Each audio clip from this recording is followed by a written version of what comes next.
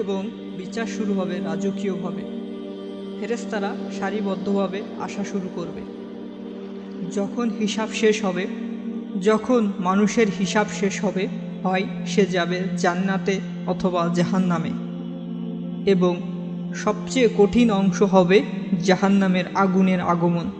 প্রিয় ভাই ও বোনেরা, জাহান্নামের আগুন কোনো গর্তের আগুন নয়, এটা রাগী, হুঙ্কারকারী, গর্জনকারী দানব, যাকে বেঁধে রাখা হবে 70,000 শিকল দিয়ে। প্রতিটি শিকল আবার ধরে রাখবে 70,000 মালাইকা।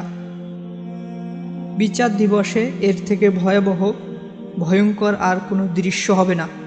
এমনকি নবী সাল্লাল্লাহু আলাইহি সাল্লাম ওমরকে বলেন যে, ইয়া ওমর, তুমি যদি 70 নবীর সমান নেক কাজ করো, তারপরও তুমি সেই মুহূর্তে ভীত হয়ে থাকবে, ভয়ে থাকবে।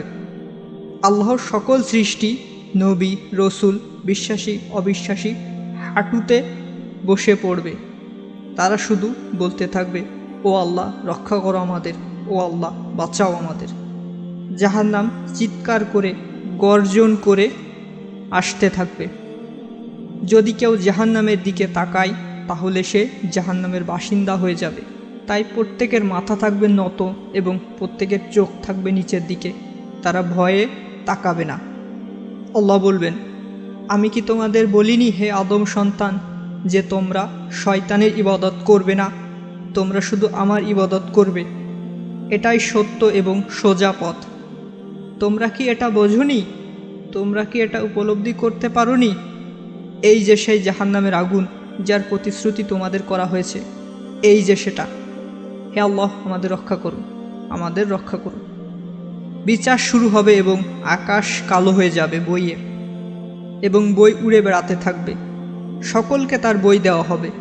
আপনি জানেন, যদি আপনি আপনার বই ডান হাতে পান, তাহলে আপনি প্রায় সুরক্ষিত। কিন্তু যদি বাম হাতে পান, তাহলে সে ব্যাপারে কিছু বলা যাচ্ছে না। তাই মানুষ তার বাম হাত তার পিছে সেরে রাখার চেষ্টা করবে, যাতে করে ডান হাত ছাড়া কোনো উপায় না থাকে। তাই আয়াতে বলা আছে, মানুষ তার বই পাবে ডান হাতে অথবা তার পিছে। বই ঠিক উড়ে গিয়ে তার বাম হাতে পড়বে। অতি ক্ষুদ্র, সামান্য অনুপরিমাণ কর্মের উল্লেখ থাকবে তাতে। আপনাকে ডাকা হবে। আপনি আপনার বই সাথে নিয়ে আল্লাহর কুরসির দিকে এগোবেন। আপনার গোটা জীবনটা মানবজাতির সামনে তুলে ধরা হবে। সব কিছু, যা যা আপনি করেছেন, বলেছেন, সব কিছু উল্লেখ থাকবে তাতে। তারা বইয়ের দিকে দেখবে এবং বলবে, ইয়া আল্লাহ, আমার একটি সমস্যা আছে। আমি মনে করি আপনার ফেরেশতারা ঠিকমতো তাদের কাজ করেনি। বইতে যা আছে আমার তা পছন্দ হচ্ছে না, মনে হচ্ছে এটা সঠিক নয়। আমি আমার নিজের বিচার নিজেই করতে চাই। এবং আল্লাহ রব্বুল ইজ্জা তার রহমতে বলবে, ঠিক আছে। এবং তার মুখ সিল করে দেওয়া হবে এবং তার হাতকে জিজ্ঞাসা করা হবে, তোমরা কি এটা এটা এবং এটা করেছো? তারা বলবে, হ্যাঁ, আমরা করেছি। আল্লাহ তার চোখ দুটাকে জিজ্ঞাসা করবে, তোমরা এটা এটা দেখেছো? এবং চোখ তার উত্তর দিবে, হ্যাঁ, আমরা দেখেছি। আল্লাহ পা দুটিকে জিজ্ঞাসা করবে, তোমরা কি এটা এটা করেছো? এবং তারা বলবে, হ্যাঁ, আমরা করেছি। আল্লাহ তাকে কথা বলার অনুমতি দিবে এবং প্রথমে সে যেটা করবে তা হলো তার নিজের শরীরকে অভিশাপ দিবে আর বলবে, আমি তো তোমাদের জাহান্নামের আগুন থেকে বাঁচাতে চেয়েছিলাম। পরবর্তী যে আওয়াজটা আসবে তা হলো, নিয়ে যাও একে। আল্লাহ বলবে, এটাই হলো শেষ বিচার, নিয়ে যাও একে।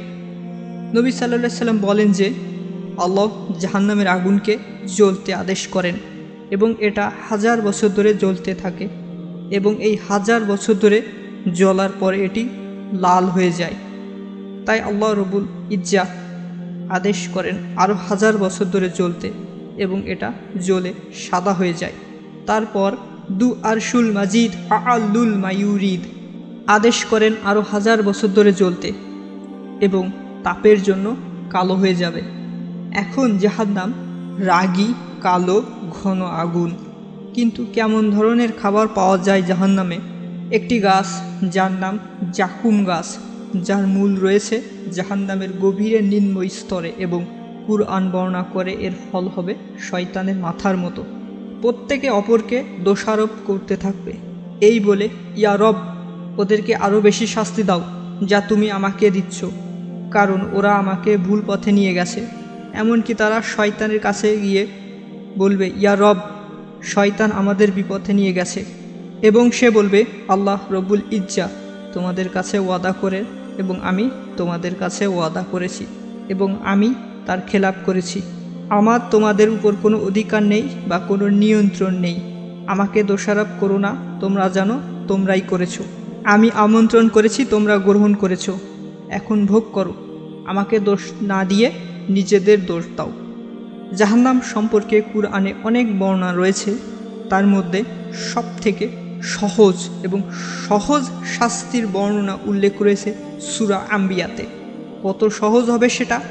জাহান্নামের ঠান্ডা হাওয়া, যেমন দরজার ফাঁকা দিয়ে প্রবেশ করা হালকা ঠান্ডা হাওয়া, যা মুহূর্তের জন্য স্পর্শ করবে যাকে সে এখনও জাহান্নামে প্রবেশও করেনি। সে দূর থেকে হাওয়ার তাপ অনুভব করেছে খুবই কম সময়ের জন্য, আর সে বলবে, আমি শপথ করে বলছি, আমি এর আগে এত যন্ত্রণা কখনো ভোগ করিনি। আমার মনে হয় আমি জাহান্নামের সবচেয়ে খারাপ আর আযাবের জায়গায় রয়েছি। আর রাসূল সাল্লাল্লাহু আলাইহি সাল্লাম বলেন, জাহান্নামের সবচেয়ে কঠিন ভয়াবহ আযাবের জায়গা, জাহান্নাম নিজেও ভয় পায়। রাসূল সাল্লাল্লাহু আলাইহি সাল্লাম জান্নাতে সুখে থাকতে পারবে না জাহান্নামে লোক থাকার কারণে। তিনি জান্নাত উপভোগ করতে পারবে না জাহান্নামে মুসলিম থাকাকালীন। তাই তিনি আল্লাহ রব্বুল ইজ্জার কাছে যাবেন এবং অনুরোধ করবেন, ইয়া আল্লাহ, গুনাহকারীদের থেকে মুসলিমদের তুমি রক্ষা করো। এবং আল্লাহ রব্বুল ইজ্জা বলবেন, ইয়া মুহাম্মদ, যাও এবং জাহান্নাম থেকে এক দলকে নিয়ে জান্নাতে প্রবেশ করাও। তিনি আবার ফিরে আসবেন, কারণ এখনও সেখানে মুসলিম অবশিষ্ট আছে, এবং বলবে, ইয়া আল্লাহ, পাপীদের মধ্য থেকে তুমি মুসলিমদের রক্ষা করো। এবং আল্লাহ বলবে, যাও, তাদের মধ্য থেকে এক দলকে জান্নাতে প্রবেশ করাও। এভাবে তৃতীয়বার, তারপর চতুর্থবার, তারপর তিনি লজ্জা পাবেন বলতে যে জাহান্নামে এখন মুসলমান আছে, এবং ফেরেশতাগণ এরপর অনুরোধ করবে, আবেদন করবে মুসলিম জাহান্নামীদের জন্য। এরপর আল্লাহ বলবে, রসুল আবেদন করলো, ফেরেশতা অনুরোধ করলো, এখন আমার রহমত ও দয়ার পালা। এবং আল্লাহ তাআলা তার হাত জাহান্নামে প্রবেশ করাবেন, যার অন্তরে সামান্য পরিমাণ লা ইলাহা রয়েছে, সামান্য পরিমাণ। প্রিয় ভাই ও বোনেরা, আমি এখন আপনাদের কিছু করতে বলবো। আমি আপনাদের অন্তর থেকে বলতে বলবো, মন থেকে, মনে প্রাণে বিশ্বাস করে বলুন, আশহাদু আল্লা ইলাহা ইল্লাল্লাহু ওয়া আশহাদু আন্না মুহাম্মাদুর রাসূলুল্লাহ। যা বলছিলাম, যাদের অন্তরে সামান্য পরিমাণ লা ইলাহা ইল্লাল্লাহু রয়েছে, তাদের জাহান্নামের আগুন থেকে নিয়ে আর রহমান তাদের রক্ষা করবেন এবং একটি নদীতে রাখবেন, যাকে জীবনের নদী বলা হয়। সেখানে তারা আবার মানুষের রূপে ফিরে আসবে। সর্বশেষ যে ব্যক্তি জান্নাতে প্রবেশ করবে, সে রয়েছে প্রচণ্ড যন্ত্রণায় এবং আযাবে। সে বলবে, ইয়া রব, আমাকে এখান থেকে মুক্ত করে দাও। তাই রহমত ও সম্মানের মালিক তাকে বলবে, যদি আমি তোমাকে আগুন থেকে মুক্ত করে দেই, তুমি ওয়াদা করছো আর কিছু চাইবে না? তাই সে বলে, তোমার সম্মানের দোহাই ইয়া রব, আমি শপথ করছি, তুমি আমাকে এখান থেকে নিয়ে যাও, আমি আর কিছু চাইব না। আর যখন তাকে এটা থেকে বের করে আনা হবে, সে পেছনে ফিরে দেখে বলবে, সমস্ত গৌরব সম্মান তার, যে আমাকে উদ্ধার করেছে। আওয়ালিন অথবা আখিরিনদের মধ্যে এমন কেউ নেই যে আমার থেকে বেশি সম্মানিত।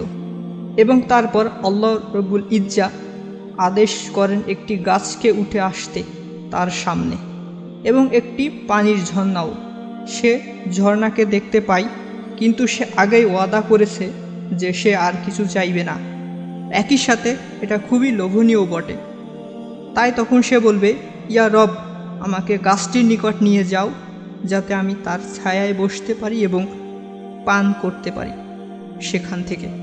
তাই আল্লাহ রব্বুল ইজ্জা বলবে, হে আদম সন্তান, কিভাবে তুমি তোমার ওয়াদা ভঙ্গ করতে পারো? তুমি না শপথ করেছিলে তুমি আর কখনো চাইবে না আমার থেকে? তাই হাদিতে বলা হয়েছে আল্লাহ রব্বুল ইজ্জা তাকে ছাড় দেয়, কারণ তাকে এমন কিছু দেখানো হয়েছে যার উপর তার কোনো নিয়ন্ত্রণ নেই।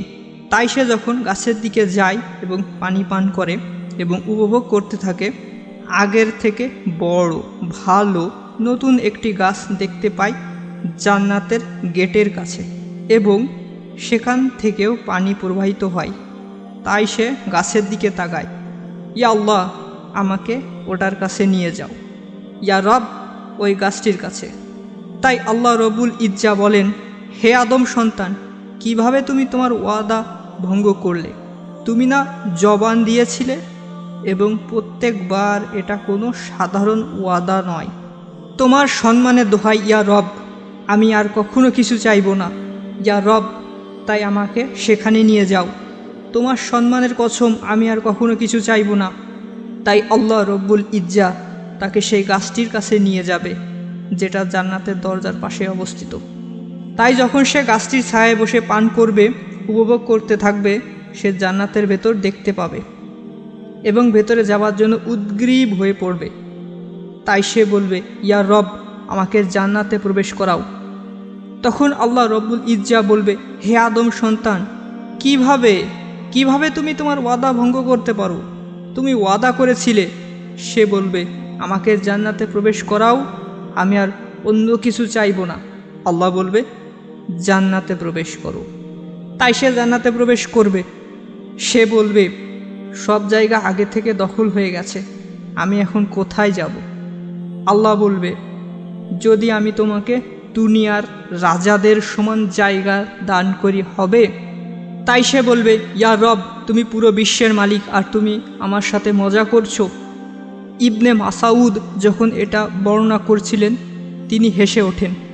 তাই তারা বলে, ইয়া ইবনে মাসাউদ, তুমি হাসছো কেন? তিনি বলেন, কারণ আল্লাহর রসুল হেসেছিলেন।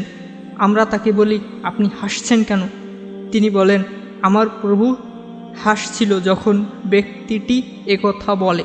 তাই আল্লাহ রব্বুল ইজ্জা বলেন, তোমার জন্য এমন আরও একটা, এমন আরও একটা। যখন পঞ্চমবার পৌঁছায়, ব্যক্তিটি বলে, আমি সন্তুষ্ট। সে বলে, আমি সন্তুষ্ট ইয়া রব, আমি সন্তুষ্ট। সাইদ আল কুদরি আবু হুরায়রার জমায়েতে ছিলেন। যখন সে এটা বলছিল, তিনি বলেন, আমি সাক্ষ্য দিচ্ছি যে রসুল সাল্লাল্লাহু আলাইহি সাল্লাম বলেন, এমন আরও 10টি দেওয়া হবে তাকে, যে সর্বশেষ জান্নাতে প্রবেশ করবে।